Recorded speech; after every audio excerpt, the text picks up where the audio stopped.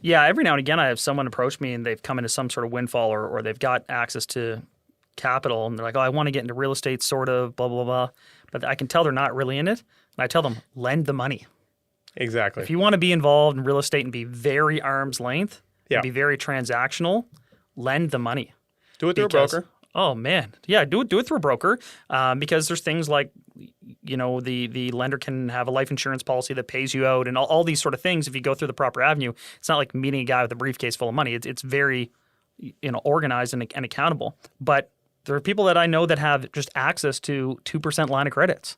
And so they max out a 2% line of credit and lend it out at 10% plus a 4% fee. Yeah. Right? So their effective rate is quite a bit higher and they make their minimum interest payments while someone else pays them a lot more.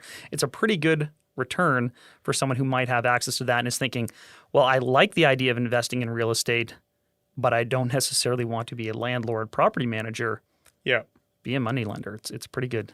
That's big business. That's something we can also talk about another time, just how a broker handles that, how they basically will help you lend your money out so you're secured, all the contracts are legit and legal. So you're literally giving an actual mortgage, just the same as any other bank. You're giving an actual mortgage. So you're covered in a lot of ways. Again, things can still take place where you might actually have to foreclose on a property and it could be worth less than what you guys are hoping.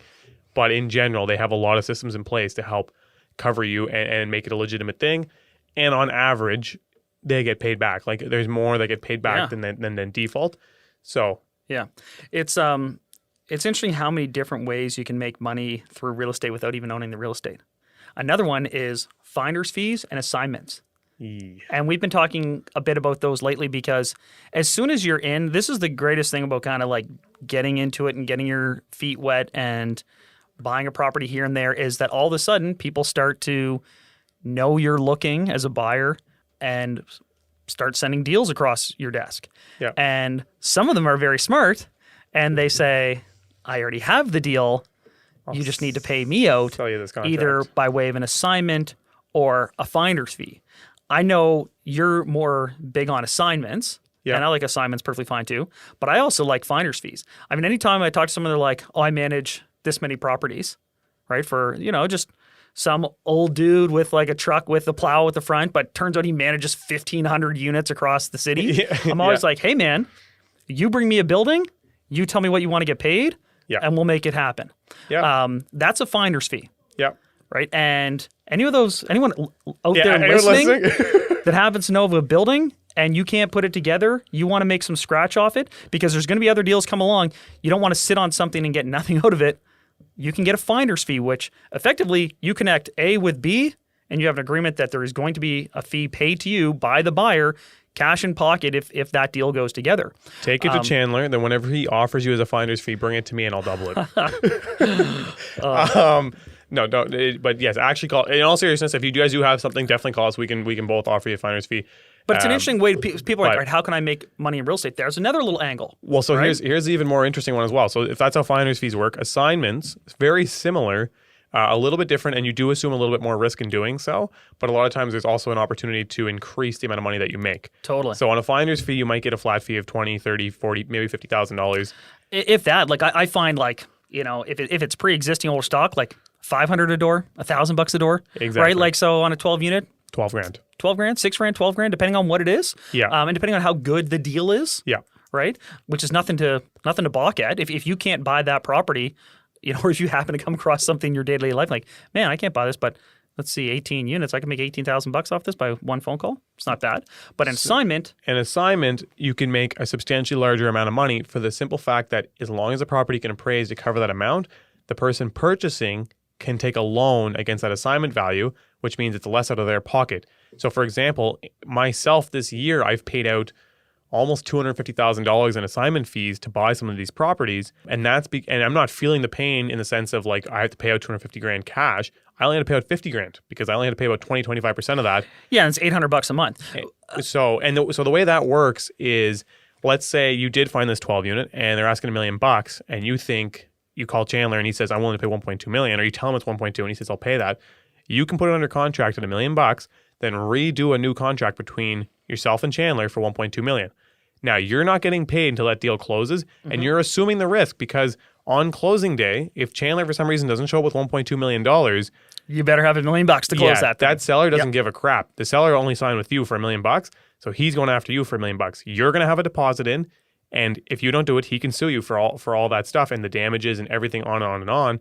So you take on a way more risk on that front. So I typically say to anyone, if you want to do this, like be prepared to close on this to own that building. Yeah, to own that building. You need to be ready to go to buy that thing, and then you have the option to sell it off to somebody else. But it can be great business, and it's do you know where I think, like in Canada at least, it grew like massive popularity, and you saw it a lot. It was condos in Toronto.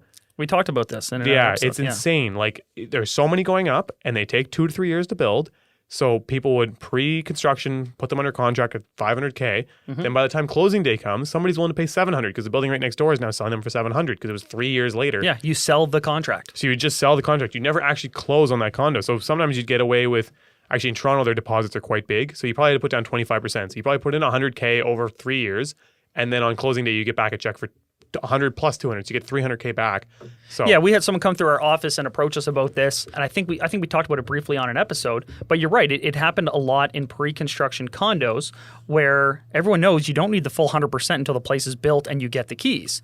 So you put 25% down, and then you wait until someone wants it way more than what you paid for it. Maybe it's $500,000. Someone comes along, they would be willing to pay $700,000. You say, "Well, I will sell you this contract for that unit because I've got first dibs. I've got it under agreement to you for $700,000, provided that the value now supports that and they can get a loan on that. They buy it essentially in one transaction. They buy it from you for $700,000 simultaneous to you buying it from the seller for $500,000. Yeah. And on a bigger scale, people do that with income properties. Someone comes across a good deal.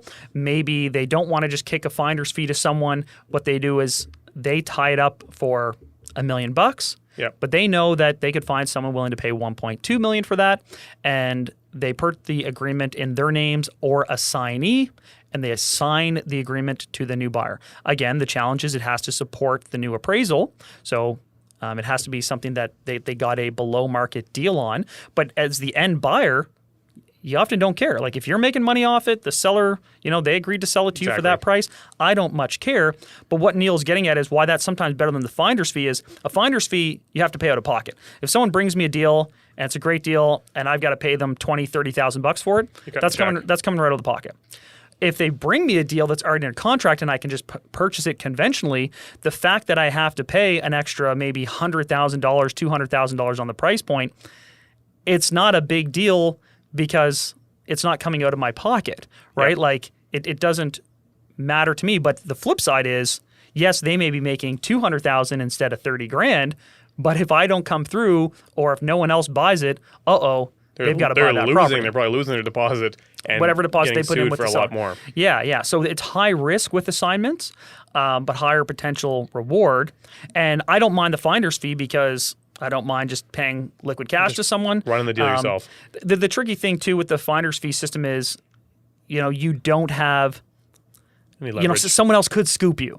Yeah. I mean, we would never scoop someone who brought us a deal because then they're never going to bring a deal again. Yeah. But if that seller's shopping it to you, or if you know about it and you can flip it to someone else, well, what if someone else finds out about it and you get scooped and all of a sudden, you did this work, you found this deal and you don't get paid off it. By putting it under contract and then assigning it, you've got that first right of refusal. You've got that property locked up. You just need to have long timelines so that someone else can get it closed in time. I was going to say, big giant asterisk with the assignments. Two things are, on top of doing an assignment, like you better have your stuff in order because they need to do their due diligence, right? Like, so you need to be able to, I have to come in for an inspection, but you're not actually coming in for an inspection. You're a buyer that's doing it. And a lot of times sellers aren't super keen to find out that their property is being flipped to somebody else for another couple $100,000.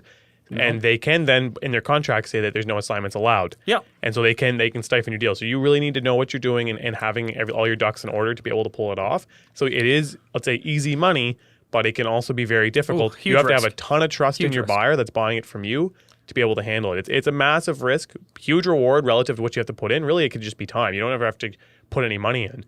But if you got to put a deposit in, and which you can charge from your buyer, though, right? Yeah. So, if you find them quick order. Right, if you have a 6-week due diligence and third week, fourth week, you still haven't found your end buyer. Yeah, you're starting to sweat there, right? Like you might have to back out of that deal before your 6-week timeline. Exactly, and that is very common. The other thing to consider, obviously, is the new rules in our new bill, a bill of housing rights or whatever it was called, they have an intention to basically ban assignments. I think they're going to come after it. And for sure. it was targeting, I think it's targeting the condo market, Pre-con, yeah. at the pre-con market or pre-construction. But I think it's going to apply to everything. And so you're going to see it across the board, I think. I don't know that it will apply to everything. Commercial operates in its own world, man. It does. Like the same thing we were talking about vendor takebacks. You cannot do that on residential mortgages. It is a different world. True. So I don't know. My concern becomes, so the seller's always going to find out, even on closing day. At the end of the day, the seller finds out because their lawyer is actually putting the deed in somebody else's name than what's on the contract. Yeah, so and they may care, they may not. And if assignments are banned, I can see it now. It's going to get to closing day. The seller's going to find out, and they're going to go ask my lawyer, what can I do about this? The lawyer's going to be like, well, technically assignments are illegal. And so then they can. And to be clear, that's not the down. case currently. That's something not. they were talking about, and predominantly, they weren't even explicit about this, but it's predominantly to curb the speculative pre-construction buying in Dartmouth and Vancouver. Right? Toronto and Vancouver. What, Dartmouth. Dartmouth? I like your optimism. I like where you're going with this. Dartmouth One mind. day. It's sweet. They're going to be throwing up all those big towers and Ys. Yeah, Toronto and Vancouver. When I was broke, I had rich habits.